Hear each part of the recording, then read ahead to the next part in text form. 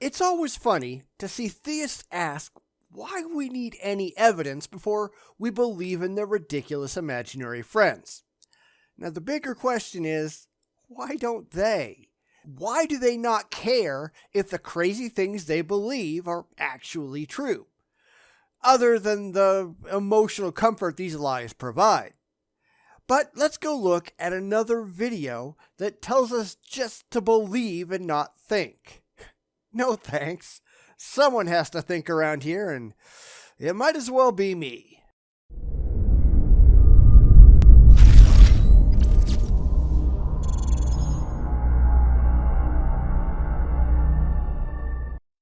Here's another tiny channel called EverydayManofGod, which asks a really stupid question. Do you really need proof that God is real? Yes. Yes, I do. And because you have none, I'm not going to take any of your crazy beliefs seriously, and neither should you. But that's the difference between the religious and the non-religious. The non-religious are skeptical, and the religious are stupid. They have no interest in verifying their beliefs, so long as they make them feel good. And I guess it's no surprise that this guy is subscribed to Steven Anderson, that lunatic hate-monger from Arizona. So, strap in. The fail here is just absurd. Let's get started. Hey everybody, I'm back again.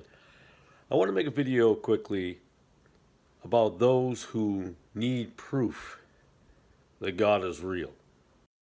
You know, rational people. People who care if the things that they allow into their heads are actually so, rather than just emotionally comforting. The religious don't tend to like those people, and I'm sure this guy isn't going to be any different. We tend to scare them. The very idea that there are people out there that are just fine not believing in their imaginary friends is terrifying. So, rather than deal with the fact that we exist and we're doing just fine without their magical father figure in the sky, they want to pretend that there's something wrong with us. Yeah. Let me turn that around and ask them how their life is. My life is fantastic, thanks for asking. I am far happier than I ever was when I was infected with your ridiculous religious mind poison. I have an amazing family, a lucrative career, I own my own home, and I've got very little debt. And I don't live in the absurd fear that some psychopath in the sky is going to get me for not kissing his ass. And to be honest, most atheists, in fact, virtually all atheists I know, we all feel the same way. Now tell us that we're all wrong. Now, these same people aren't happy with their lives. Yes, we are. We're doing just fine, don't worry. We're doing better than people on your side are most of the time. Because if you look at the statistics, it's the religious that tend to be poor, not the atheists. It's the religious who tend to get far more divorces, not the atheists. It's the religious that go to prison at a rate higher than their regular social representation, whereas atheists are dramatically underrepresented in the prison population compared to their numbers in the outside world. Worldwide, if you look at the countries highest on the happiness index, those are the most secular countries around. The ones lowest on the index, they're all hyper-religious. I guess this is why "thou shalt not lie through thine teeth" isn't one of the 10 Commandments. Everything is going wrong. Everything could not be any worse. Nope, that would be for you people. But what do you expect when you're filled with self-loathing? And I asked them, I see proof, and you see proof that your life is in shambles. Yeah, except it's not. I guess this is why lying for the Lord is such a time-honored tradition among the religious. He really wants atheists to be miserable, but they're not. They're just not. All of the data says that they're far better off than the religious in pretty much every demonstrable metric. Religious people may claim to be happy, but the data suggests otherwise. They're just delusional. So, if your life isn't doing so well now, as myself, my life didn't go so well always, do you really need proof that God exists or faith because the proof of what you're doing now isn't working? That makes absolutely no sense at all. Not one bit. Because happiness and the existence of anything are not linked at all. There is absolutely no demonstrable correlation between something actually existing, not belief that something exists, but this thing actually being real, and someone's level of success in the real world. And if you look at a lot of studies, Buddhists are happier than Christians, which I guess means that Buddhism is true and Christianity is not. Hindus are also happier than Christians, which I guess means Krishna is real and God is not. That's just the way the data falls. If what you're doing right now is not working, then why not have faith? Because faith is stupid. Why not have faith in invisible, intangible, universe-creating pixies? I mean, why not? Well, because the whole idea is idiotic, that's why. Because there's no good reason to think that any gods of any kind are actually real. What you're really trying to push here is a placebo. It makes you happy to think that these things are actually so, but that doesn't make those things actually so. Seriously, is there something wrong with you upstairs? Why not give it all up and give it up to God? Have faith. Sure, why not give it all up and have faith in those pixies? Or in Xenu? Or hey, in our coming robot overlords? Why not Bobo the Tree God? They're all equally well supported, and by equally well, I mean not at all. You're not giving any good reason to believe, you're engaged in bald rationalization. It feels good, therefore you might as well believe it. It gives you what you want, even if it's all a fantasy. Just believe and don't ask too many questions. Because the upside, and there only is an upside, your life is better. Not according to any actual data, but there are tons of downsides that you just don't want to talk about. You waste the only life that you know that you have on your knees. You throw away money supporting a useless church. You spend your time filled with hate and self-loathing instead of just accepting others as they are. You don't actually live, depending on how seriously you take all of the religious garbage. The only upside, if you can consider it an upside, is that you spend your time blissfully delusional. And I really don't think that's a positive, sorry. Not the bills are paid every day. Not that you have a brand new car. I don't mean that by life is better. That's prosperity gospel, by the way. No, that's reality. All of my bills are paid, and I do have a couple of nice cars, and I take vacations. I just got back from one, and I actually enjoy my time on this planet. That's called hard work, by the way.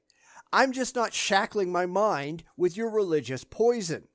I care about the facts, whereas you only care about your fantasy.